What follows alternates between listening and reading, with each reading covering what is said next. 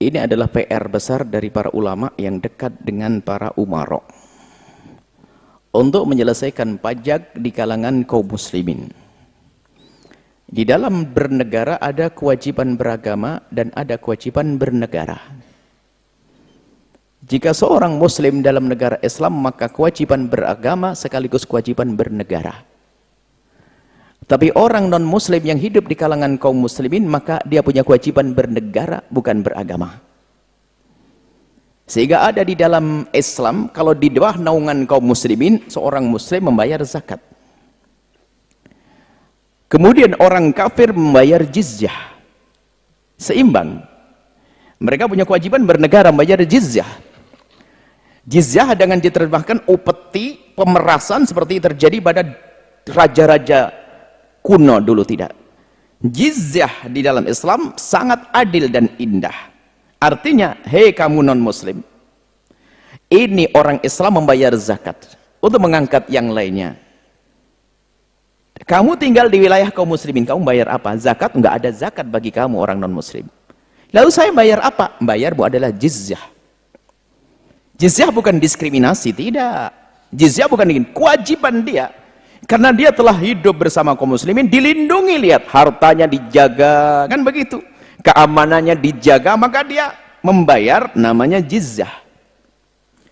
Dan antara jizyah dengan zakat sangat ringan jizyah.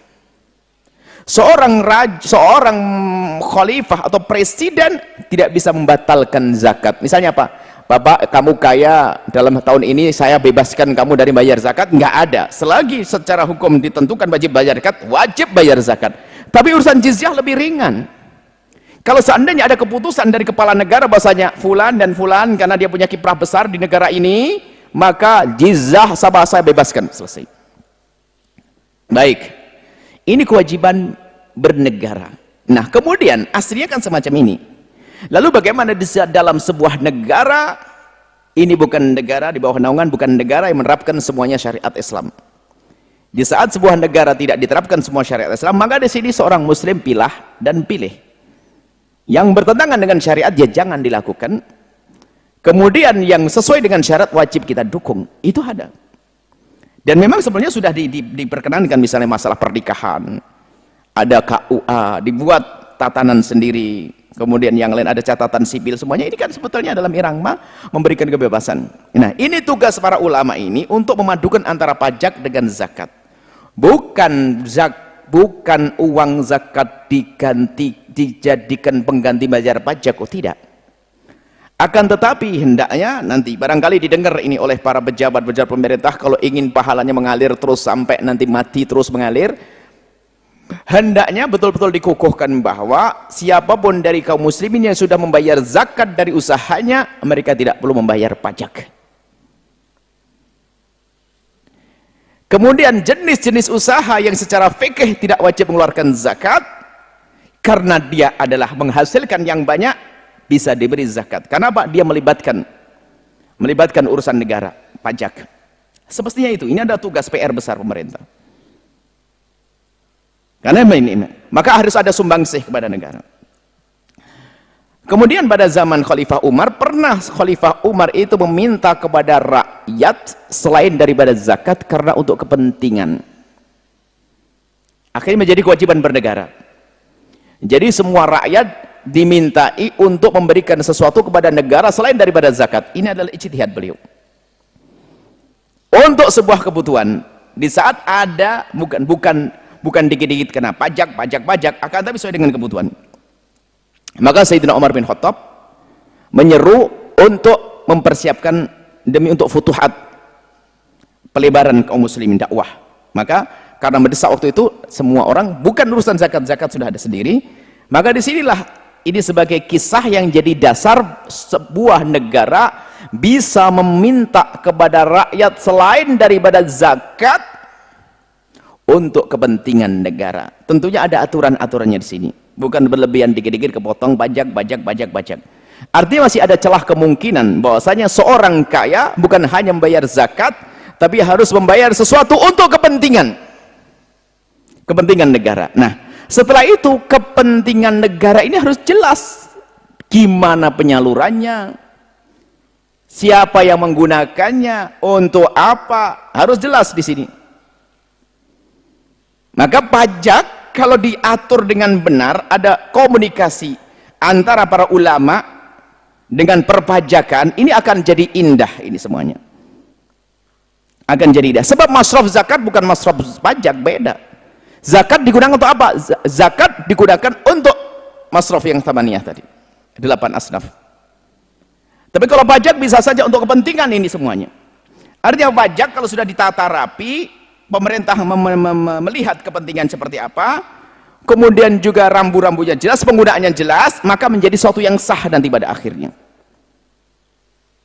Jadi negara boleh, ini kewajiban bernegara, negara boleh meminta kepada rakyatnya, tentunya dengan aturan ini, ayat sudah tercukupi rakyat yang begini, untuk kepentingan negara, kemajuan negara ini adalah sah. Tapi kalau sudah dikit-dikit kena pangkas, nanti masuk wilayah zalim, wilayah kezaliman dari sebuah kerajaan, raja yang zalim, nerakanya paling dalam. Sudah begitu, sudah dikumpulkan, disalahgunakan, nggak jadi ini, nggak jadi itu, tapi masuk sakunya sebagian orang, misalnya, wah ini lebih jahat lagi, double jahatnya. Seperti itu di masalah perpajakan.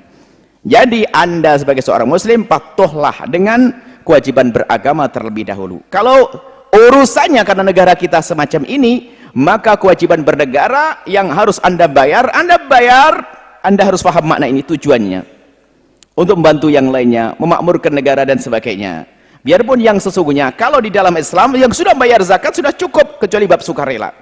Cuman karena kita hidup di negara yang semacam ini, lihat, kalau Anda tidak patuh, Anda melanggar. Anda melanggar, tambah Anda bermasalah nanti. Maka himbauan kami adalah satu, komunikasi antara pemerintah dengan para ulama untuk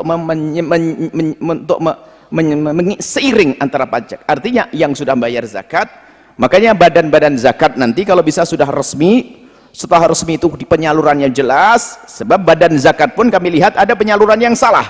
Ini yang harus ada koreksi. Zakat-zakat yang sudah resmi pun ada penyaluran yang salah. Dan ini bahaya sekali. Makanya di saat seperti itu kita tidak dukung untuk mendukung mereka. Kenapa? Badan zakat harus benar-benar. Kemudian sudah membayar zakat, jangan dibebani dengan yang namanya pajak. Artinya zakat bisa mengurangi pajak. Adapun pajak itu di saat diadakan, dan pajak terkena semuanya. Dan pajak bukan sengaja kaum muslimin saja, non muslim juga dapat. Kemudian di saat adanya pajak ini kan negaranya belum ditata, belum dipadukan antara zakat dengan pajak. Kemudian di saat masih adanya pajak yang semacam ini, kami himbau untuk digunakan sebaik-baiknya. Harus jelas amanat. Hidup itu sebentar. Jangan sampai kita menjadi pejabat sesaat, ternyata nerakanya panjang. Sudah mengumpulkan pajak yang simpang siur, ya, pajak sendiri kan belum jelas. Artinya bagaimana hukum pajak itu sendiri kan perlu dibahas. Akhirnya itu tadi, di saat masih ada pajak, karena negara kita negara semacam ini dan itu aturannya, maka Anda harus mengikuti. Kalau tidak mengikuti, Anda akan menemukan bahaya lebih besar lagi. Bisa saja harta Anda akan hilang, usaha Anda akan hilang. Maka ini adalah bab Anda melakukan ini sebuah keharusan karena untuk menjaga hak milik Anda. Anda bayar untuk menjaga hak milik Anda. Anda bayar untuk pakai usaha Anda. Anda bayar, kalau tidak Anda bayar akan hilang itu usaha Anda. Karena ada kekuatan di negara. Maka bayar pajak untuk menjaga hak milik Anda. Kekayaan Anda dan sebagainya Anda bayar pajak. Anda bayar pajak dan bayar pajak untuk menjaga. Bahkan dalam urusan kita membayar sesuatu untuk menjaga milik kita, sah-sah saja. Cuman yang perlu dikoreksi ada dari pihak pemerintah, harus benar-benar waspada di dalam menggunakan pajak ini, harus benar-benar yang benar. Rakyatnya membayar dengan lega, dari pihak pemerintah menggunakan dengan benar, akan dirasakan kebaikan untuk semuanya. Biarpun nanti ini adalah marhalah langkah-langkah awal, ujungnya nanti kami berharap di negeri kita ini adalah betul sudah rapi bahwasanya yang membayar zakat akan dibebaskan dari membayar pajak. Zakat dengan kekayaannya. Kecuali nanti ada pengecualian beberapa harta yang menurut fikih tidak wajib dibayar zakatnya, maka bisa saja itu diminta untuk membantu negara. Karena apa? Negara juga menjaga hartanya. Misalnya kalau orang nyimpan permata, sampai 1 pintal permata kan miliaran, triliunan. Yang menjadikan aman kan negara. Masa negara yang mengamankannya nggak mendapatkan sesuatu, kan nggak adil ini. Jadi maka bagi harta-harta yang tidak ada zakatnya bisa saja masuk wilayah ini, seperti itu.